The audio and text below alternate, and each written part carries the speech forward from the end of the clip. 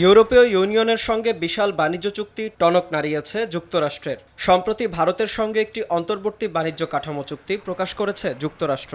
শুক্রবার দেয়া যৌথ বিবৃতিতে দুই দেশ জানায়, এই চুক্তির মাধ্যমে শুল্ক কমানো, জ্বালানি খাতে সহযোগিতা বাড়ানো এবং অর্থনৈতিক সম্পর্ক আরও গভীর করা হবে।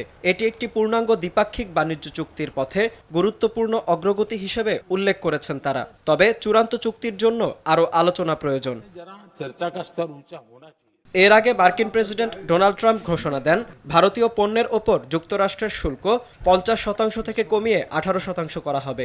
এর বিনিময়ে রাশিয়া থেকে তেল কেনা বন্ধ করতে এবং বাণিজ্য কমাতে সম্মত হয় ভারত। এরপরই শুক্রবার এক নির্বাহী আদেশে রাশিয়া থেকে তেল কেনার কারণে আরোপ করা অতিরিক্ত 25% শুল্ক প্রত্যাহার করে নেন ট্রাম্প। রাশিয়ার বদলে এখন থেকে যুক্তরাষ্ট্র ও ভেনেজুয়েলা থেকে তেল কেনার সিদ্ধান্ত নিয়েছে নয়াদিল্লি।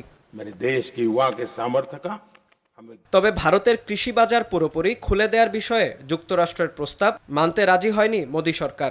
দেশটির বাণিজ্য মন্ত্রী পীযূষ গোয়েল জানান, এ চুক্তিতে দেশের কৃষক ও গ্রামীণ মানুষের স্বার্থ সুরক্ষিত রাখা হয়েছে। চাল, গম, ভুট্টা, দুগ্ধজাত পণ্য ও পোলট্রিসহ সংবেদনশীল খাতগুলোকে সুরক্ষা দেয়া হয়েছে বলে জানান তিনি। অন্যদিকে বিরোধী কংগ্রেস দল অভিযোগ করেছে, চুক্তিটিতে যুক্তরাষ্ট্রই বেশি লাভবান হচ্ছে।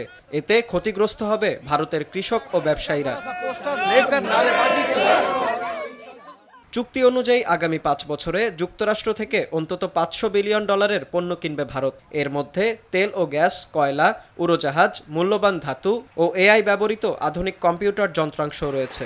এছাড়া কৃষিপণ্য, চিকিৎসা সরঞ্জাম ও টেলিযোগাযোগ যন্ত্র আমদানিতে জটিলতা কমাতে আন্তর্জাতিক মানদণ্ড মেনে নেওয়ার বিষয়ে 6 মাসের মধ্যে আলোচনা শেষ করার কথাও জানিয়েছে ভারত।